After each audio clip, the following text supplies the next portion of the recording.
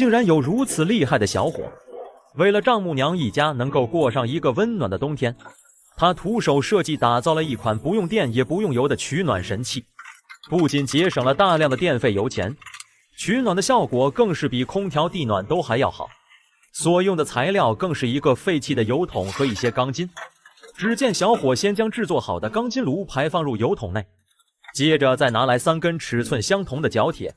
用角度尺在角铁一端标记30度角标线，按标记切割后即可拼接成一个三角形框架，再将框架焊接固定好，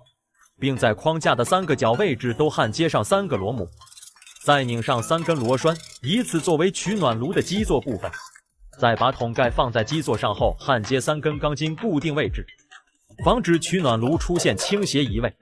接着用左手在钢板上画一个圈，用右手把圆圈切割下来，